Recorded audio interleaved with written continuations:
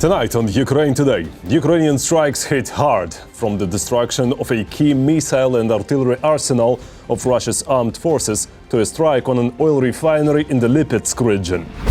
North Korean support. What exactly is coming from Pyongyang to the front line, and what problems could it create for Ukraine's defense forces? Between Caracas and Kyiv, how the US special operation in Venezuela strengthens Kyiv positions in talks with Moscow. Tensions around Greenland. Could the US desire to control the island trigger a conflict inside the camp of Ukraine's NATO partners? All this and more, right now. Hello, I'm Volodymyr Robchun and this is Ukraine Today. Please subscribe, hit the like button, and let's get to the news. In Russia's Kostroma region, an arsenal of the main missile and artillery directorate of the Russian armed forces was likely destroyed. Loud explosions were reported in the town of Neya, near military facilities. There are reports of evacuation of local residents. Ukrainian forces advanced near Pokrovsk, while Russian troops made gains in the Kostiantynivka-Drushkivka area. This is according to analysts from the Institute for the Study of War. More details from the front line in our report. Dozens of drones versus two old men in power. Moscow authorities closed airports due to a UAV attack. The first weekend of 2026. For 2 days in a row, dozens of drones attacked Moscow. The Russian Ministry of Defense did not report on the attack. Ukrainian public channels recorded between 1 and 200 UAVs heading toward the Russian capital. The year started off hot in Yelets, Lipetsk region, Russia. After a UAV attack, the AO Energia plant caught fire there. Its products are used in the defense industry, civil aviation, maritime transport, and the energy sector. The Russians have come up with a new way to launch Shahids. Now the occupiers are equipping them with manpads, which can be controlled by the Shahed pilot. They are upgrading all our means of force, drones both ground-based and aerial. They study, upgrade, and use them against us. They can be operated by operators, they can be controlled. They can strike not only our infrastructure and facilities, but also our software systems. There are issues and challenges, but as of today, our specialists and engineers are the best in the world. That's why we've already invented and have long been using interceptor drones. The Institute for the Study of War reports that Ukrainian forces have advanced near Pokrovsk, while the occupiers are making moves in the area of the Konstantinovka-Drushkovka highway. There, the Russian army's local assaults are stalling because Putin, in order to intuitively initiate negotiations for a truce, is trying to show that everything is going well for him, that his position is one of strength, and that the situation near Pokrovsk is bad, that the Ukrainian army is not putting pressure on the Russian combined forces. As of today, these local assaults are costing between 300 and 500 men per day in the direction of Pokrovsk. Well, even Putin could be kidnapped after all. The Z-War correspondents are impressed by the kidnapping of Maduro by the United States. Despite the fact that Russia and Venezuela have a partnership agreement that includes military technical cooperation. Everywhere he went, Syria took a beating. The Syrians drove the Russian army out of there. Now, there was his presence in Venezuela. The president was kidnapped, they got beaten up. In Peripheral too, his presence ended. Everywhere the Russian army supported dictatorial regimes, they got beaten and left in disgrace. They were expelled from these countries. Not Maduro, of course, but another Cuban was captured by the Ukrainians in Kupiansk. Joandi with the call sign, nobody worked in Russia for 8 months. It was hard. I worked every day, every night. I didn't know what it was to sleep, I didn't know what it was to eat, because I sent all my money to Cuba, to my family. After 3 months, the amount of time foreigners are allowed to stay in Russia on a work visa, the man was supposed to be deported back to Cuba. However, instead of that, he was sent to the war in Ukraine, where his only salvation turned out to be Ukrainian captivity. These guys were less fortunate than our previous hero. Buddy, right? He's an assault trooper, a machine gunner. They remained in the Russian army. Russia made them disabled, taking away their arms and legs, and now is trying to take their lives by sending them into local assaults. Over the past day, Russia lost at least 940 troops killed and wounded. That brings total Russian losses since the full-scale invasion to 1,213,460 personnel. In addition, over the last 24 hours, Ukraine's defense forces destroyed 5 Russian tanks, 6 armored combat vehicles, 46 artillery systems and dozens of other pieces of enemy military equipment. Bad news from North Korea. Pyongyang is significantly increasing arms supply to the Russian army. What exactly is being sent to the front line, and what challenges this creates for Ukraine's defense forces? All the details in our report. The DPRK wants to ramp up production of Bullseye 4 anti-tank missile systems. The full transition to the new ATGMs is primarily taking place as part of the rearmament of the North Korean army. The Bullseye 4 systems may also be exported to Russia. This was reported by the military analytical portal Defense Express. North Korea plans to increase the production rate of Bullseye 4 anti-tank missile systems as part of boosting the supply of these weapons to the DPRK military. This task was set for the North Korean defense industry by dictator Kim Jong-un during his visit to the plant producing these ATGMs at the beginning of this year. At the same time, some sources claimed that the Bullseye 4 ATGMs were allegedly upgraded based on their combat experience against the Ukrainian army, and that this work was carried out with Russian technical support, as well as that further deliveries of these weapons to Russia are expected. For this reason, it is quite likely that as production increases, North Korea will also ramp up deliveries of these ATGMs to the Russian army. Defense Express. Most likely this means that as production increases, North Korea will also increase deliveries of these ATGMs to the Russian army. The Bullseye 4 ATGM is capable of striking targets beyond direct line of sight and has an effective range of about 10 kilometers. Korean ATGMs of various modifications have already been used for several months in the war in Ukraine by both Russian troops and North Korean fighters. A previously unknown launcher was discovered, which had repeatedly used ATGMs with a red cross against Ukrainian military equipment in the Kursk border area at the turn of 2024 to 2025. It is likely that this device is a Bullseye 4 missile only mounted not on the chassis of a BTRM 2010 6x6, but on a pickup truck chassis. Russian reconnaissance. Right after the new year, the North Korean dictator visited an anti-tank guided missile factory and ordered the creation of a flexible production system and an expansion of capacity by about 2.5 times as soon as possible. In 2024, North Korea signed a mutual defense agreement with Russia. After that, Kim Jong-un sent thousands of military personnel to support Russia's full-scale invasion of Ukraine. According to experts, at least 600 people have been killed and thousands more have been wounded. In addition to manpower, North Korea supplies Russia with 42% of all the materials needed for the war. North Korea is becoming Russia's weapons workshop. Official Pyongyang announced successful tests of hypersonic missiles that hit targets at distances of up to 1,000 kilometers. The launch was personally observed by DPRK leader Kim Jong-un. This was reported by Bloomberg, citing the North Korean state agency KCNA. The missiles were launched on Sunday to test the operability and effectiveness of the weapon system. The projectiles, launched from the Pyongyang area in a northeasterly direction, hit targets at a distance of 1,000 kilometers. Bloomberg. In the future, these missiles may also be exported and used by the Kremlin in the war. Analysts believe that the deepening alliance between the DPRK and Russia has become an economic lifeline for both countries. In exchange for arms supplies, the Kremlin provides Kim with oil and grain. Therefore, the appearance of new Korean weaponry in the war in Ukraine is only a matter of time.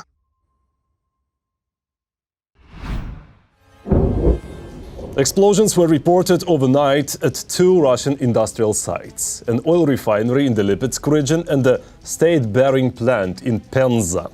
Information about the damage is still being clarified. Russia's so-called Ministry of Defense claims its air defenses shot down 129 drones. But as we have seen many times before, the occupiers rarely tell the truth.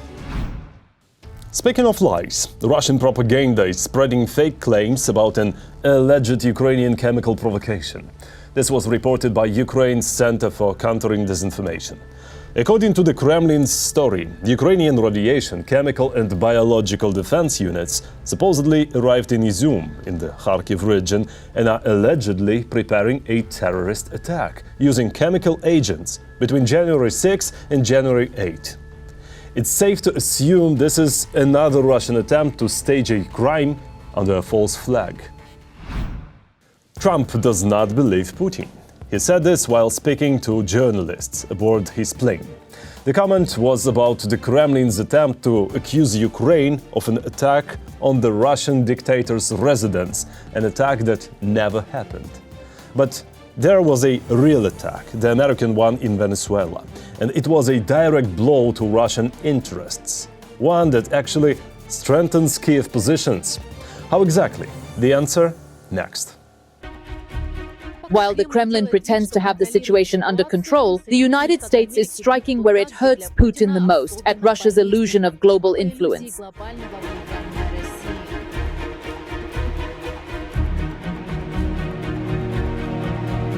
Refias, regarding gas ambitions, condemned the U.S. military operation in Venezuela aimed at ousting Nicolás Maduro. The Kremlin started talking about the inadmissibility of interference, blatant violations of sovereignty, and solidarity with the Venezuelan people. It's funny, isn't it? As the Telegraph columnist Samuel Romani notes, this rhetoric reflected Moscow's long-standing partnership with the Maduro regime and was honed over years, a model for carrying out Western military interventions. But behind the loud statements, an inconvenient reality for the Kremlin was revealed. A disgraceful and rapid downfall. Maduro's fate became a crushing blow to the international prestige of the great Russian Federation and its ambitions for influence in Latin America. Once again, Moscow found itself in the role of a bystander, loudly outraged but absolutely powerless. Since the moment of military intervention in the interests of Syrian President Bashar al-Assad, in 2015, Russia positioned itself as a reliable partner for authoritarian regimes in crisis. However, the overthrow of Assad in December 2024 and Russia's inaction during the Iran-Israel war in June 2025 cast doubt on this. This illusion and its rapid collapse was completely shattered by Maduro. An additional blow was dealt to the reputation of Russian weaponry. Pro-Kremlin commentators had insisted for years that the air defense systems supplied to Venezuela could hold back even the United States. But reality turned out to be different. Russian S-300s and S-400s failed to protect Caracas, Damascus, or Tehran, to say nothing of the fact that they can't even secure their own skies from Ukrainian drones. This is not just a humiliation for Putin. This is actually a telling situation for Russia and for China. What does the power of the United States of America mean? It's making a comeback. They are capable of carrying out such brilliant operations. They are able to systematically pressure those who begin to abuse, first and foremost, the very security environment that the United States created to advance its own interests. And that's why they're demonstrating this. And of course, the Venezuelan leadership, I think, understood everything. That the Monroe Doctrine, which is essentially declared by the United States, means that there should be no one in Latin America. Neither China, nor Russia, nor anyone else who could hinder the advancement of the interests of the United States of America, and that this is how it will continue to be. The next one will most likely be either Colombia or Cuba. Washington will not allow Venezuela to become a base for activities, not for Iran, Russia, China, Hezbollah, or Cuban intelligence services. This was stated in an interview with NBC News by U.S. Secretary of State Marco Rubio. We care about elections, we care about democracy, we care about all of that, but the first thing that concerns us is the security, well-being, and prosperity of the United States. And that's what we're going to focus on. First and foremost, right here, we're fighting drug trafficking organizations, not Venezuela. And that's not the only message the Kremlin received from Washington. Almost simultaneously with the Venezuelan story, Donald Trump publicly questioned one of the key claims made by the Russian dictator. The US president stated that he does not believe the Kremlin story about a Ukrainian strike on Putin's residence. I don't believe such a strike took place. Something happened nearby, but it had nothing to do with that. And while the Kremlin is losing the last remnants of trust in itself, Kyiv, on the contrary, is steadily strengthening its position on the world stage. Ukrainian President Volodymyr Zelensky stated that a move toward peace talks and even a meeting of leaders could happen as early as January. According to him, Ukraine has a clear step-by-step plan for advancing along the diplomatic track, and it has already been set in motion. Our plan is as follows. Tomorrow, representatives of the general staffs, chiefs of general staffs, and representatives from other countries' military sectors will travel to Europe. They will spend one day working in France, in Paris. After that, there will be a meeting of the leaders. Security documents will be further refined. Many different issues will be discussed, but the focus will be on security guarantees and reconstruction. As a continuation of these meetings, there will be meetings with President Trump's team. The next step is to prepare a broad meeting at the leaders' level, this time in the United States. And as Zelensky emphasizes, Kyiv would like this entire diplomatic route to be completed by the end of January. At the same time, international diplomatic activity is intensifying around a possible negotiation format. Turkey has declared its readiness to act as a mediator between Kyiv and Moscow, as well as to help monitor a potential ceasefire. Ankara emphasizes its special role. Maintaining working contacts with both Ukraine and Russia, Turkey simultaneously remains a NATO member and a player capable of speaking directly with both sides. President Recep Erdogan states that the doors for negotiations remain open to both Zelensky and Putin. Everything depends on Russia and on how strongly the United States is prepared to put pressure on Russia and, importantly, on China, because China is playing an increasingly significant role. It is supporting the Russian economy and participating in weapons production, as Chinese components are increasingly being found in drones everywhere. There are increasingly frequent and concerning reports that Chinese companies are actively buying significant stakes in various Russian defense industry companies that specifically produce advanced and modern weaponry. And obviously, this can only be regarded as military assistance to Russia. Well, be that as it may, the diplomatic landscape at the beginning of 2026 gives hope that peace is near. Ukraine and its partners are acting proactively, shaping the conditions and framework for a possible peace. Meanwhile, the Kremlin is increasingly finding itself in the position of a party whose statements are being questioned and its influence is rapidly shrinking. Ukraine is fighting for freedom. Support independent Ukrainian journalism so we can keep telling the truth about Russia's war. Click the link in the description to become our sponsor. And now is a perfect moment to subscribe, like this video and share it, so more people can see it. Please do it. Thank you. And glory to Ukraine. Every voice matters. Join our community, support independent journalism and help us bring you the truth from Ukraine. Become a member of Ukraine today. Join us now. Greenland must be part of the United States. The president has been very clear about this. That's what Stephen Miller, Deputy White House Chief of Staff, said in an interview with CNN. Miller added that there is no need to even think about a military operation. According to him, no one would dare to fight the United States over Greenland's future. He also questioned Denmark's claims to the island. Let me just remind you, President Trump has repeatedly expressed his desire to control Greenland. The context: US security and strategic interests. This could be a case of so-called dirty diplomacy, empty threats aimed at gaining better terms of cooperation. However, in light of recent events in Venezuela, I wouldn't be surprised if the US actually uses force. And that could trigger a conflict inside the camp of Ukraine's NATO partners. The operation in Venezuela left no one indifferent. Some people approve of it while others condemn it. But no one doubts that the Americans carried out a brilliant operation. Maduro was captured and the US didn't lose a single soldier in the process. But the successful operation also created a huge risk. Trump may not want to stop. Undoubtedly, this operation was as swift and bloodless for the American military as it was successful. However, there is a very serious danger here. Donald Trump and his advisors might get the false impression that if things went so easily with Maduro, why couldn't it work, for example, with the Ayatollah's regime in Iran? And if you aim even higher, you might think about North Korea and the removal of its half-crazy dictator Kim Jong-un. Trump has already started threatening some countries. Cuba was the first to come under fire. The system is not working in the best way.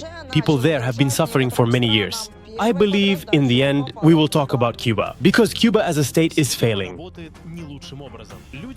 At the same time, the head of the White House assured that military action against this country is not being considered. Supposedly, Cuba will fall on its own after Maduro is overthrown. After all, the Cubans helped the latter build up his defenses, receiving oil money in return. Donald Trump's threats are also being openly directed at Colombia and Mexico.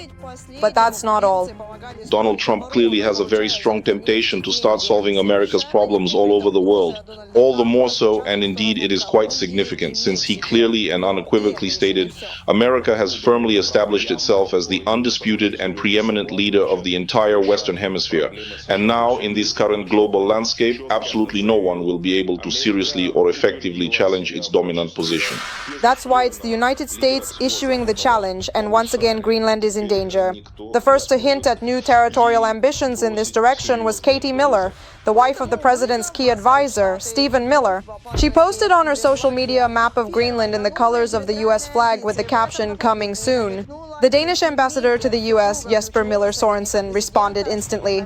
Greenland is already part of NATO. The Kingdom of Denmark and the United States are working together to ensure security in the Arctic. The Kingdom of Denmark has significantly stepped up its efforts to ensure security in the Arctic region. Just in 2025 alone, we have allocated $13.7 billion US, which can be used in the Arctic and the North Atlantic, because we take our shared security seriously. And yes, we expect full respect for the territorial integrity of the Kingdom of Denmark. Trump did not punish his advisor's wife for such an act. On the contrary, he himself once again confirmed his desire to acquire Greenland. He supposedly hid behind national interests. Greenland is surrounded by Russian and Chinese ships everywhere. We need Greenland from the standpoint of national security, and Denmark won't be able to do it. But in reality, Trump wants Greenland for far more than just security reasons. Moreover, we shouldn't forget that the American military is already present in Greenland. At the moment, the US has only one base left there, Pituffik. Trump sees Greenland as a huge undervalued asset. The value of this asset lies in Greenland's natural resources, those very rare earth metals, and possibly more. That's why national security interests are just a formal pretext that has little to do with the real situation. As for the very idea of the US annexing Greenland, from every angle it looks completely unprofitable. And it's not as simple as it was in Venezuela. It's one thing if the US carries out targeted special operations in Latin America. They've done that before, many times in the past. From the standpoint of international law, that's wrong. And I believe there are a lot of negatives here, specifically political negatives, in a broader context. And sooner or later, the Americans will run into problems during such special operations. But if they try to do something similar with their partners, and let me remind you, Denmark is a NATO country, and Greenland is part of Denmark, autonomous but still part of Denmark. If there is some kind of special operation in Greenland, it could be considered a crisis within NATO, an attack on a NATO partner. And this would undermine trust in the United States as a country that can be a partner in international alliances. Now, according to experts, there will be closed-door negotiations. The EU will try to persuade Trump to abandon his ill-fated idea. It's possible that a deal might even be proposed. I think that now there will still be signals from the European Union behind closed doors. Not directly, not officially, but signals from European leaders indicating that, well, Trump shouldn't do anything like that regarding Greenland. They might look for some options, I don't know, perhaps related to a concession, for example. I wouldn't rule out that they might come to some sort of agreement.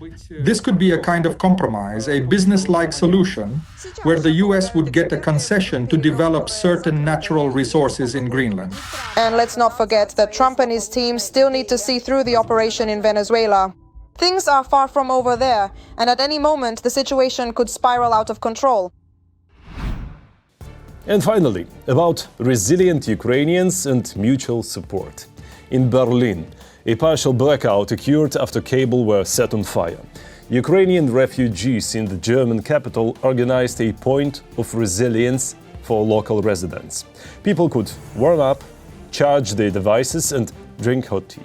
Unfortunately, points of resilience have become an inseparable part of Ukrainian life during Russia's war. Thankfully, the Ukrainian spirit cannot be broken, and we are ready to share our warmth with others. That's all for today. Thanks for watching. Thank you for your support. Strength to Ukraine's defenders. Glory to Ukraine. Don't forget to like, subscribe, comment and share. See you next time.